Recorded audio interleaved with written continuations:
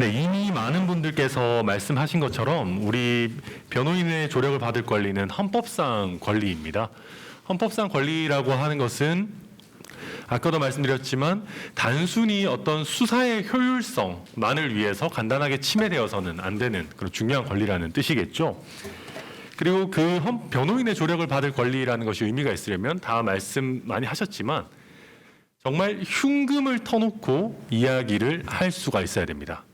내가 했던 행위를 전부 다 털어놓고 변호인의 조력을 받아야지 내가 했던 행위 중에 이 부분은 외부에 밝혀지면 정말 치명적일 것 같다라고 하는 부분을 빼놓고 변호인의 조력을 받으면 사실은 아무런 의미가 없어지게 되는 것과 마찬가지입니다. 그래서 기존에 이제 이미 우리 의뢰인 변호사 간의 비밀 유지권이 충분히 인정되는 나라에서는 이런 당연한 얘기들이 지속적으로 학계나 실무계에서 공유가 되어 왔습니다. 쉽게 얘기하면 의뢰인이 변호사와 한 의사교환이나 제공한 자료 등이 추후에 공개되어 불이익하게 사용될 수 있다는 두려움이 배제되지 않고서는 의뢰인이 변호인의 조력을 받을 권리가 유효하게 적용될 수 없다라는 것입니다. 저도 참고로 최근에 저도 실제로 겪었던 일인데요. 어떤 회사에서 최근에 사실 굉장히 크게 문제가 되고 있는 일이 있었습니다. 그래서 저한테 이제 법률 자문을 받으시는데 자료를 좀 보내달라고 했더니 메일로는 보내드릴 수가 없다. 만나서 보여드리겠다. 만나서 주시고 제가 그럼 이걸 갖고 가가지고 의견서를 써야 되니까 이 자료를 제가 좀 갖고 가도 되겠냐. 자료를 드릴 수는 없다. 그럼 과연 이걸 어떻게 법률적인 조력을 해야 하느냐. 그리고 많은 분들께서 그러면 과연 이건 변호인에게조차 말하지 못할 거라면 정말 구린 거 아니냐. 이걸 어떻게든 숨기려고 하는 것이 아니냐라고 생각하시는 분들이 많이 계십니다. 하지만 제 경험상으로는 회사에서 어떠한 자신들이 법적인 리스크가 있는 부분에 대해서 조력을 받고 변호인이 거기에 대해서 정확한 사실관계를 알고 이거는 법률적인 리스크가 너무 크니까 해서는 안 됩니다.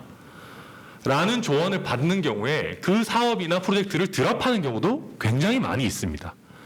무슨 얘기냐면 기업이 어떠한 부분에 대해서 법률적으로 정확한 조력을 받고 거기에 대해서 정확한 어떤 의사결정을 하고 결과적으로 법을 지키기 위해서는 변호인에게 모든 사실관계를 터놓고 이야기하는 것이 반드시 필요합니다. 그래서 네, 그렇습니다. 그래서 결과적으로 10페이지에 있는 내용입니다만은 결과적으로 의뢰인 변호인 간의 이런 비밀 유지권을 보호하는 것은 단순히 의뢰인의 헌법적 권리를 보호하는 것은 물론이고 의뢰인으로 하여금 자기가 의사결정을 하기 전에 이게 정말 법에 의해서 허용되는 일인가 아니면 허용되지 않는 일인가를 정확히 판단할 수 있도록 도움을 주고 결과적으로 우리 사회 전체의 준법이라든지 결과적으로 우리 사회의 공익 향상에도 기여를 하게 됩니다. 그렇지 않다면 불충분한 내용을 변호인에게 물어보고 변호사에게 물어보고 변호사는 불충분한 조력을 근거로 이 정도는 해도 될 것 같다. 핵심적인 내용이 다 빠져 있는 거에 따른 핵심적인 내용이 없는 자문을 제공해주고 그럼 결과적으로는 우리 사회의 법치라든지 준법이라든지 하는 데에 전혀 기여를 할 수 없는 그런 결과가 초래될 수가 있습니다. 미국 연방대법원 역시 마찬가지로 공익에도 기여한다라는 점을 굉장히 강조하고 있습니다. 뿐만 아니라 이러한 이유에서 우리가 소위 선진국이라고 할 수 있는 미국, 영국은 물론이고요. 캐나다, 호주, 독일, 프랑스, 유럽인권재판소 모든 대부분의 법치주의가 자리 잡은 국가에서 의뢰인과 변호사 간의 비밀 유지권을 아주 잘 보장하고 있습니다. 이에 관해서 자세한 내용은 우리 한혜라 교수님께서 작년에 토론회에서 하셨던 내용이 아주 잘 정리되어 있기 때문에 그 부분을 참고해 주시면 좋을 것 같습니다. 그리고 한 가지 더 말씀드리자면은 대한변호사협회에서 작년 가을에 러시아 변호사협회를 방문한 적이 있었습니다. 그런데 러시아 변호사협회에서조차도 러시아도 의뢰인과 변호인 간의 법률 비밀 유지권을 보호하고 있다. 심지어 러시아의 수사기관도 법무법인을 압수수색한다거나 변호사와 의뢰인 간에 주고받은 의사소통을 압수수색하는 거에 있어서는 매우 조심하고 이런 부분에 대해서는 법률적으로도 어느 정도 보호가 이루어지고 있다라는 러시아 측의 발표를 들었습니다.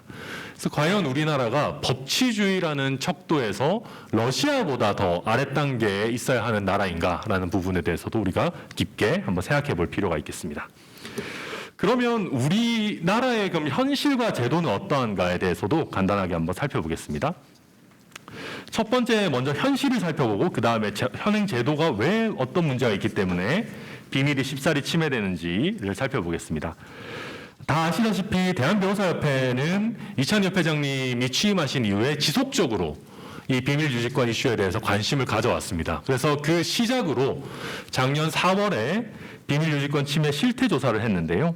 쭉 보시면 뭐 여러 가지 부분들이 있었습니다만은 11페이지 그 하단에 보시면 의뢰인과 관련된 사람들을 소환해서 의뢰인과 변호사가 접촉했는지 여부를 조사한 사례, 변호사가 근무 중인 로펌을 압수수색하겠다고 압박해서 담당 사건 증거의 임의 제출을 강요한 사례, 피고인과 구치소에서 접견한 변호사에게 연락해서 피고인과 상담 내용을 밝히지 않을 경우에 피고인에게 불이익한 조치를 하겠다라고 언급한 사례, 피의자에게 변호인과의 상담 내용을 진술할 것을 요구한 사례 같은 내용이 있었습니다.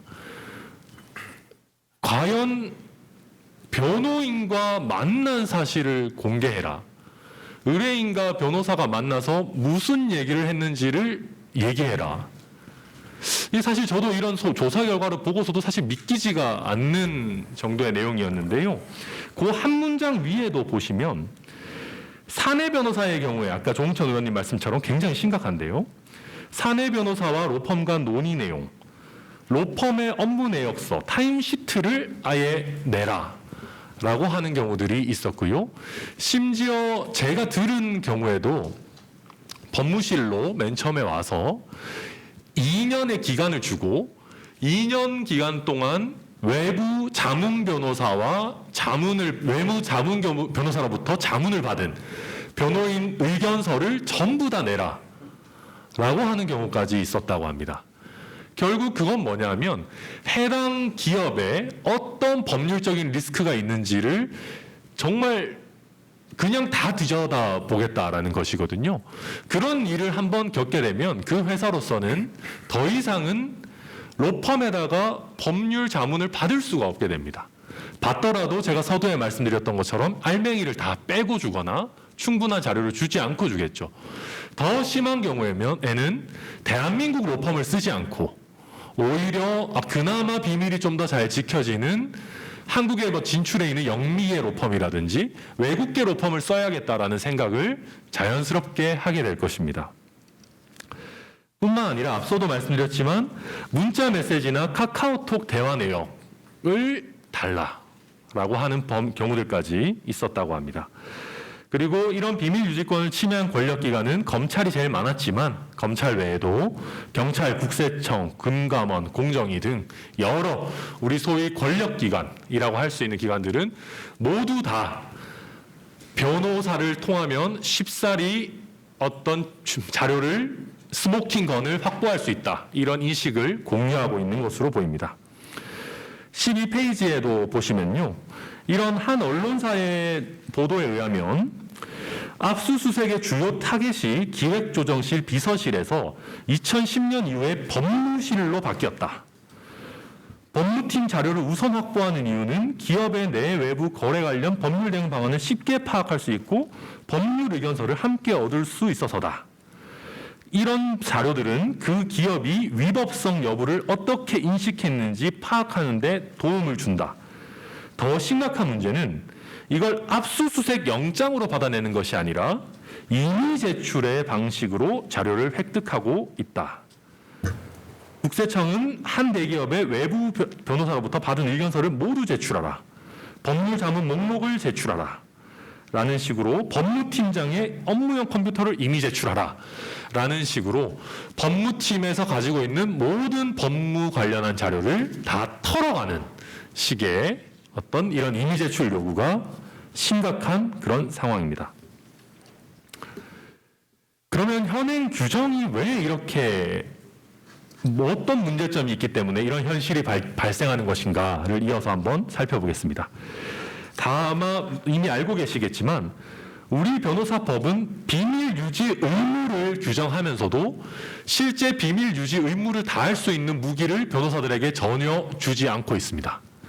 그리고 형사소송법에도 변호사가 압수를 거부할 수 있다라는 규정은 있지만 중대한 공익상 필요가 있는 때에는 예외로 한다라고 되어 있고, 이것은 어디까지나 변호사의 압수수색을 거부할 수 있는 권리이기 때문에 의뢰인에게 변호사와 주고받은 내용을 압수하는 것에 대해서는 어떠한 예외 규정이라든지 압수수색 거부 사유가 규정되어 있지 않습니다. 그러다 보니까 현행 규정의 가장 결정적인 문제점은 국민의 권리 보호에 취약하다라는 것입니다. 말씀드린 것처럼 압수 거부권의 주체로 변호사만을 규정하고 있고, 압수 거부권의 대상으로 업무상 위탁을 받아 소집 또는 보관하고 있는 물건만을 규정하고 있습니다. 그래서 이러한 현행 규정만으로는 의뢰인이 의뢰인의 권리로서 비밀 유지권을 보장을 받거나 아니면 업무상 위탁을 받아 소집 또는 보관하고 있는 물건이 아니라 실제로 문제가 되는 의뢰인과 변호사 간 주고받은 의사교환의 내용, 변호사가 직무와 관련하여 의뢰인으로부터 건네받거나 작성한 의견서 같은 그런 서류 등에 대해서 공개를 방지하거나 비밀을 충분히 보장하기가 굉장히 어려운 상황입니다. 결국 이렇게 되면 변호인의 조력을 받을 권리에서 사실상 비밀 유지권이 파생된다라고 보기가 굉장히 어려운 그런 현행 규정으로 되어 있습니다. 그래서 이런 부분은 더 큰 문제는 여러 가지 현재 의뢰인뿐만 아니라 잠재적인 의뢰인이라고 할 수 있는 분들이 변호사에게도 자신의 자료를 공개하는 것에 대해서 두려움을 가지게 된다라는 것이 핵심입니다. 자, 15페이지의 소결 부분을 살펴보겠습니다. 아까 정서 의원님 말씀하셨지만 우리 정말 고해성사 하는데 CCTV 달아둔 것과 사실 차이가 별로 없습니다. 그리고 요즘 저보다도 어떻게 보면 저에 대해서 더 많이 알고 있는 것이 제 휴대폰이죠. 그런데 만약에 제 휴대폰을 압수수색을 해갈 수 있다. 저와 제 의뢰인 사이에서 오고 간 문자 메시지, 카카오톡 메시지를 가지고 갈 수 있다라고 하면 이건 그냥 저와 제 의뢰인이 앉아서 얘기하고 있는 상담실에 녹음기를 켜놓는 것과 사실상 전혀 다르지가 않습니다. 그런데 이런 일이 실무에서 실제로 벌어지고 있습니다. 압수수색 영장을 못 받더라도 이미 제출해라. 변호사와 만나서 무슨 얘기를 했느냐. 변호사와 주고받은 이메일, 했던 메시지 내용을 제출하라 라고 하는 내용들이 실제로 벌어지고 있습니다. 그런 현실이 있음에도 불구하고 우리가 과연 비밀 유지 의무라는 소극적 규정을 계속 둘 것인가? 갈수록 고도화되고 갈수록 연결되고 우리가 4차 산업혁명, 디지털 혁명을 얘기하고 있는 이 시점에 전자적 형태로 교환되는 이런 의사소통을 얼마든지 들여다보도록 할 것인가라는 것을 근본적으로 살펴볼 시점입니다. 그래서 제도 개선 방안에 대해서 저희가 지속적으로 고민을 하고 있는데요. 가장 선행되어야 하는 첫 번째의 어떤 과제가 비밀 유지 권리에 대한 일반 조항을 신설하는 것입니다. 이거에 대해서 지난 토론회에서도 변호사법에 두는 것이 과연 합당하냐, 민사소송법이나 형사소송법 개별 규정에 구체화된 내용들을 넣어야 되는 것이 아니냐 하는 그런 또 반론이 있기도 했습니다. 물론 각각의 개별 법률에 아주 구체화된 규정을 처음부터 넣을 수 있다면 그것도 좋겠죠. 하지만 지금 우리의 현실을 보면 단순히 형사 절차, 수사 절차에서만 이런 비밀 유지권이 침해되는 것이 아니라 여러 가지 행정조사에서도 이미 제출이라든지 이런 형태로 굉장히 비밀이 광범위하게 침해되고 있습니다. 이런 상황에서 각각의 개별 법률에 모두 비밀 유지권을 신속하게 도입하는 것이 쉽지 않다면 가장 먼저 비밀 유지 의무를 규정하고 있는 변호사법에다가도 이 비밀 유지 의무만 있는 것이 아니라 비밀 유지 권도 있다라고 하는 것을 하루속히 명시하는 것이 가장 필요한 작업이라고 하겠습니다. 그러면 저희가 구체적으로 변호사법에 이런 비밀유지권을 명문화한다라고 하면 어떠한 방식이 적합할지를 살펴보겠습니다. 20대 때에도 기존에 여러 변호사법 개정안이 발의된 바가 있습니다. 그렇지만 이제 기존의 취지 자체는 물론 맞습니다만은 보호 범위라든지 예외라든지 하는 부분이 충분히 구체적으로 들어가지 않는 말 그대로 좀 일반적이고 선언적인 규정 형태로 준비되는 경우들이 많이 있었습니다.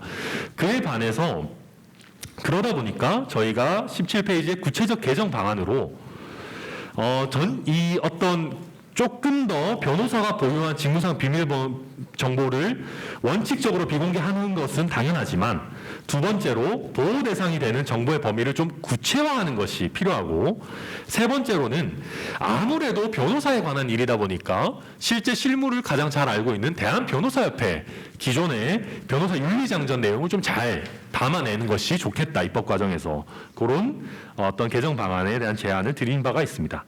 그리고 이걸 한 번에 저희가 이게 변호사의 비밀 유지권이라는 권리도 절대적인 권리는 아닙니다.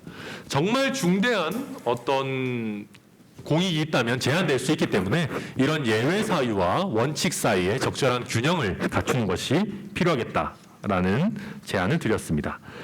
그에 따라서 현재 21대 국회에 제출되어서 계류 중인 개정안에 대해서 검토를 해보겠습니다. 사실 종천 의원님이 발의해 주셨는데요. 종천 의원님께서 바로 앞에 계시기 때문에 워낙 잘해 주셔가지고 저희가 더 어떤 추가적인 의견을 보탤 것은 많지 않습니다. 그래서 26조의 단서 규정이 보면 이 비밀 유지 의무에 그 예외 규정이 있던 것을 삭제하는 내용이 들어갔고요.